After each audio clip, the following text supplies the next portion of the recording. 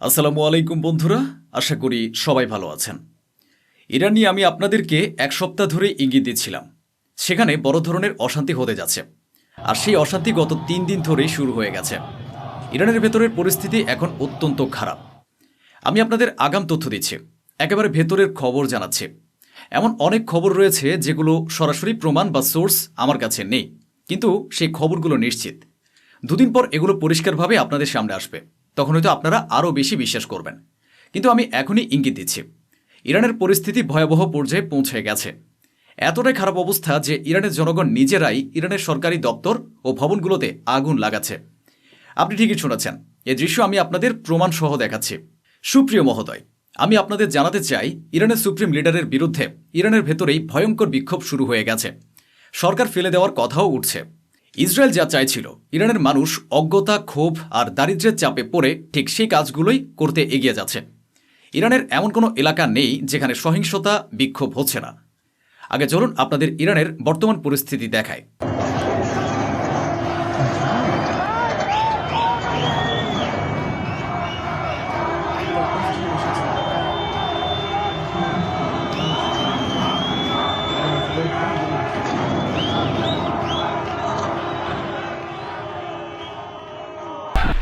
Magdal Khomeini! Magdal Khomeini!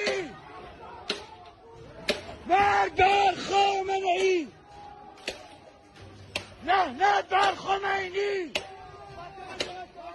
এই সহিংসতা থামাতে গিয়ে ইরানের 2 জন নিরাপত্তা কর্মকর্তার মৃত্যু হয়েছে। এখন আপনি নিশ্চয়ই বুঝতে পারছেন ইরানের পরিস্থিতি কতটা ভয়াবহ হয়ে উঠেছে। ইরান সর্বোচ্চ চেষ্টা করছে এই বিক্ষোভ দমন করার জন্য। বিক্ষোভ ঠেকাতে নানা পদক্ষেপ নেওয়া হচ্ছে, কিন্তু তাতে কোনো দৃশ্যমান উন্নতি দেখা যাচ্ছে না। এখন ইরানের জন্য আরও একটি বড় হুমকি হল, নেতানিয়াহু প্রায় সবুজ সংকেত পেয়ে গেছেন ইরানে হামলা চালানোর জন্য। তবে রিপোর্টে বলা হচ্ছে, এখনও নেতানিয়াহুকে ইরানের বিরুদ্ধে বড় ধরনের অপারেশন চালানো থেকে বিরত রাখতে এবং বোঝাতে চেষ্টা করা হচ্ছে। এদিকে আপনি ছবিতে দেখতে পাচ্ছেন, ইরানে হঠাৎ একদিনেই 2 থেকে 3টি কার্গো জাহাজ অস্ত্র নিয়ে রাশিয়া থেকে এসে পৌঁছেছে। একদিকে ইরানে ইসরায়েলের হামলার আশঙ্কা, অন্যদিকে ইরানের ভেতরে বড় ধরনের অশান্তি। এই দুটোই ইরানের জন্য বড় বিপদ। ইরানের নিরাপত্তা বাহিনী, সেনাবাহিনী ও পুলিশ একসঙ্গে জলকামানেরও ব্যবহার করছে, কিন্তু ইরানের জনগণ জলকামানের সামনেও দৃঢ়ভাবে দাঁড়িয়ে আছে।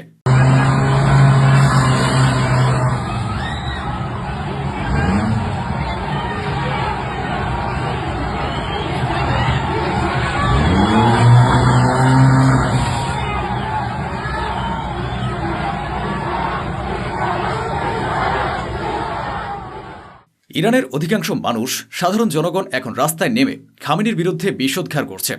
এখন নতুন বছরের শুরুতে এমন স্লোগান দেওয়া হচ্ছে যে এই নতুন বছরে খামেনির যে শাসন তা শেষ হয়ে যাবে।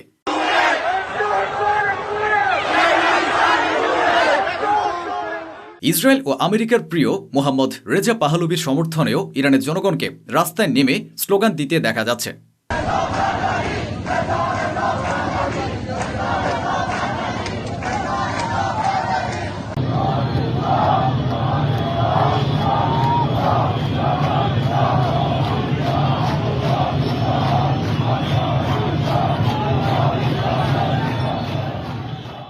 ভাই, পরিস্থিতি খুবই খারাপ। এই দৃশ্যটি দেখুন, ইরানের জনগণ এখন ইরানের পুলিশের গাড়িতেও পাথর নিক্ষেপ করছে। অন্যদিকে ইরান বিভিন্ন এলাকায় নিজেদের জনগণের বিরুদ্ধে ওয়াটার ক্যানন মোতায়েন করেছে। এর পাশাপাশি ইরানের বাহিনী এখন আরও কঠোর হয়ে গেছে। ভিডিওতে দেখতে পাচ্ছেন, যেখানে ভিড় জমছে সেখানেই সঙ্গে সঙ্গে গ্রেফতার শুরু করা হচ্ছে। ইরানের সেন্ট্রাল ব্যাংকের গভর্নর পদত্যাগ করেছিলেন, এখন ইনি হলেন ইরানের নতুন সেন্ট্রাল ব্যাংকের গভর্নর। তিনি তার সাম্প্রতিক বক্তব্যে স্পষ্ট করে বলেছেন, পরিস্থিতি স্থিতিশীল করার জন্য আমরা সব ধরনের পদক্ষেপ নিচ্ছি এবং আমরা সেই পদক্ষেপগুলো নিয়েও ফেলেছি। আগামী কয়েকদিনের মধ্যেই আপনারা নিজেরাই এর সাক্ষী হবেন।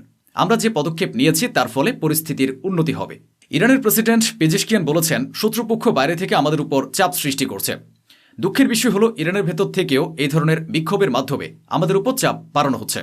অন্যদিকে ইসরায়েল পুরো শক্তি দিয়ে ইরানকে ভেতর থেকে ভেঙে দেওয়ার চেষ্টা করছে, এটা স্পষ্টভাবে দেখা যাচ্ছে। এই দেখুন, ইসরায়েল তাদের যে ফার্সি হ্যান্ডেল চালায় সেখান থেকে ইরান নিয়ে একটি পোস্ট করা হয়েছে, অল আইজ অন ইরান।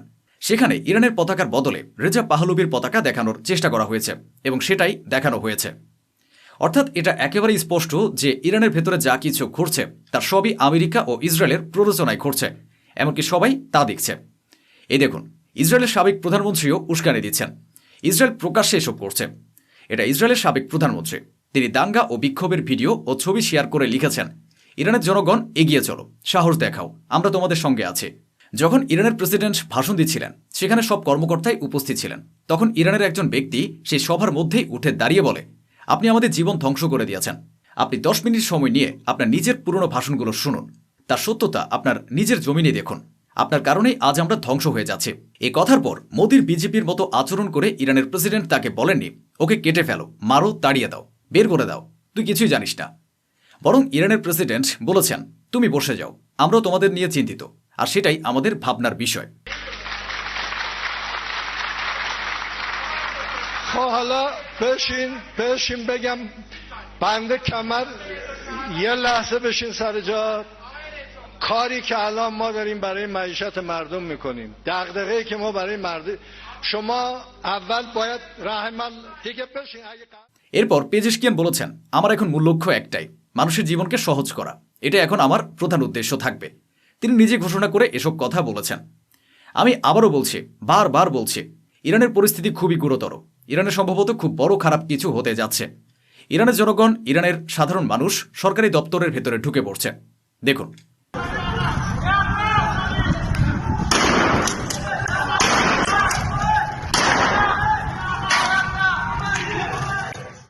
আরেকটি কথা মনে রাখবেন, নেতানিয়াহুর এখনও ভয় কাজ করছে। নেতানিয়াহু একটি বড় বক্তব্য দিয়েছেন। সেই কথাটা যদি আপনি বুঝে যান তাহলে আর কিছুই বলার নেই।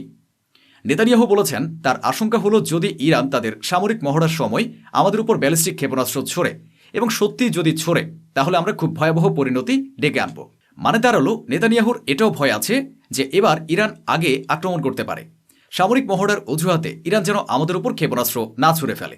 নেতানিয়াহু আরও বলেছেন, ইরান ক্ষেপণাস্ত্রের উন্নয়ন করছে, আর যদি আমরা দেখি যে ইরান ইউরেনিয়াম সমৃদ্ধকরণ করছে, তাহলে সেটা ঠিক হবে না। ইরানের জন্য ভালো হবে যদি তারা তাদের বাড়তি ইউরেনিয়াম দেশ থেকে বাইরে পাঠিয়ে দেয়। এছাড়া নেতানিয়াহু একটি মার্কিন চ্যানেলে সাক্ষাৎকার দিতে গিয়ে বলেছেন, ইরান নিজেকে খুব শক্তিশালী, সবচেয়ে শক্তিশালী বলতো, আর আজ ইরান নাকি ভেনেজুয়েলাকে অস্ত্র দিয়ে আমেরিকার ভেতরে সন্ত্রাসবাদ ছড়াচ্ছে। হ্যাঁ, যেমন আপনি বুঝতে পারছেন, এই কথাগুলোর কোনো মাথামুন্ড নেই। তার বক্তব্যগুলো ঠিক একেবারেই ভিত্তিহীন। গল্পটা একদম আগের মতোই চলছে। যে কোনো সময় আবার সেই 12 দিনের যুদ্ধের মতো পরিস্থিতি তৈরি হতে পারে। এদিকে ইরানের পররাষ্ট্রমন্ত্রী আবারও আগের সেই কথাই বলেছেন, ইসরায়েল যদি আমাদের সঙ্গে কিছু করে তাহলে তার দায়িত্ব আমেরিকার উপরই পড়বে। এইসব কিছুর মাঝেও ইরান মাথা নত করতে বা থেমে যেতে রাজি নয়। এমন পরিস্থিতিতে ইরান একটি ভয়ঙ্কর ক্ষেপণাস্ত্রের সফল পরীক্ষা চালিয়েছে। সম্মানিত মহোদয়, ইরানের সর্বোচ্চ নেতা আয়াতুল্লাহ আলী খামেনি আইআরজিসির কমান্ডার পরিবর্তন করেছেন। হ্যাঁ, আপনার স্ক্রিনের বাম পাশে যাকে দেখছেন তিনি এখন আইআরজিসির নতুন কমান্ডার। তার নাম আহমেদ ওয়াহিদি। আহমদ ওয়াহিদি এখন ইরানের আইআরজিসির শীর্ষ কমান্ডার। এদিকে লেবানন এতদিন লাফাচ্ছিল যে আমরা ইরানে যাব না, ইরানকেই আমাদের কাছে আসতে হবে। ইরান তখন কিছুটা নমনীয়তা দেখিয়েছিল, কিন্তু এখন উল্টো চিত্র। লেবাননেরই রাষ্ট্রদূত নিজেদের পরিস্থিতি নিয়ে আলোচনা করতে ইরানে পৌঁছেছেন। ওদিকে ইরানের আইআরজিসি আনুষ্ঠানিকভাবে আবু উবাইদার মৃত্যুর জন্য শোক প্রকাশ করেছে এবং তাকে শহীদ হিসেবে ঘোষণা করেছে। অন্যদিকে ইরান একটি বড় সাফল্য পেয়েছে। ইরানের ভেতরে সন্ত্রাসী ঘটনা ঘটানোর চেষ্টা করেছিল একটি জঙ্গি গোষ্ঠী, যেটাকে ইরান ব্যর্থ করে দিয়েছে এবং তাদের গ্রেফতার করা হয়েছে। আরেকদিকে ইউএই সমর্থিত সাউদার্ন ট্রানজিশনাল ফোর্সেস এসটিএফ নামে যে বাহিনী ইয়েমেনের ভেতরে ঢুকে পড়েছিল, তারা এখন ইয়েমেনের হাদ্রামাউত অঞ্চল থেকে সরে যাচ্ছে।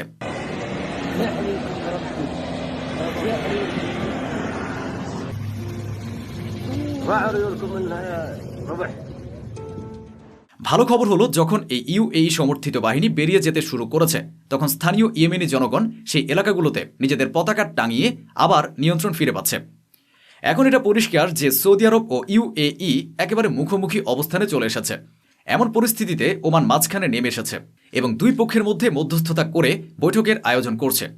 মধ্যস্থতার বৈঠক করানো হচ্ছে। ইউএই এখন চাপে পড়ে গেছে। সৌদি আরবের হুমকি ও পদক্ষেপের পর ইউএই এখন ইয়েমেনে তাদের কার্গো জাহাজ নামাচ্ছে এবং দ্রুত সেখান থেকে নিজেদের অস্ত্র গুটিয়ে নিচ্ছে। দেখুন,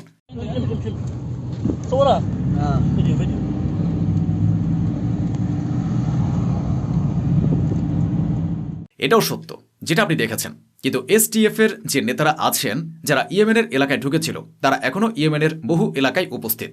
তাদের বক্তব্য একেবারেই ভিন্ন। তারা বলছে, না, আমরা ইয়েমেন থেকে বেরিয়ে যাচ্ছি না, বের হবও না। আর সৌদি আরবের হুমকিতেও আমরা ভয় পাই না। অন্যদিকে সৌদি আরবের ফাইটার জেটগুলো এখনও ইয়েমেনের আকাশে উড়তে দেখা যাচ্ছে। এদিকে সিরিয়ার আলেপ্পো শহরে আবারও একটি আত্মঘাতী হামলা হয়েছে। এতে একজন নিহত এবং 12 জন আহত হয়েছেন। ইসরায়েলের কথা বললে ইসরায়েল লাগাতার লেবাননে হামলা চালিয়ে যাচ্ছে। একদিনের জন্যও তারা পিছু হটছে না, বরং লেবাননে তাদের হামলা দিন দিন আরও বেরিয়ে চলেছে।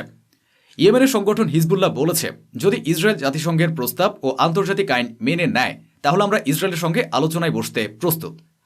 মানুষ বলে ইরান নাকি এই অঞ্চলের জন্য হুমকি, কিন্তু আজ ইসরায়েল নিজেই স্বীকার করছে যে তারা পুরো মধ্যপ্রাচ্যে 21,000 হামলা চালিয়েছে। তাই হাতে হাত রেখে নিজের বিবেকের কাছে প্রশ্ন করুন, মধ্যপ্রাচ্যের জন্য আসল হুমকি কে? ওদিকে ডোনাল্ড ট্রাম্পের চাপের পর একটি খুব বড় অগ্রগতি হয়েছে। নেতানিয়াহু একটি বড় সিদ্ধান্ত মেনে নিয়েছেন। আমেরিকার চাপের পর নেতানিয়াহু রাজি হয়েছেন যে রাফা ক্রসিং সীমান্ত খুলে দেওয়া হবে, যাতে গাজার মানুষ বাইরে যেতে পারে এবং আবার গাজায় ফিরে আসতে পারে। শুধু 2025 সালে গাজার ভেতরে ইসরায়েল 1,06,400টি বাড়ি ধ্বংস করেছে। এটাই রেকর্ড। একই সময়ে 2025 সালের মধ্যে 21 জন ইসরায়েলি সেনা আত্মহত্যা করেছে। তো বন্ধুরা, এই ছিল আজকের আয়োজন, যা স্বচ্ছভাবে আপনাদের সামনে তুলে ধরা হলো। আশা করি আমাদের এই প্রচেষ্টা আপনাদের ভালো লেগেছে। অসংখ্য ধন্যবাদ। সুস্থ থাকুন, ভালো থাকুন।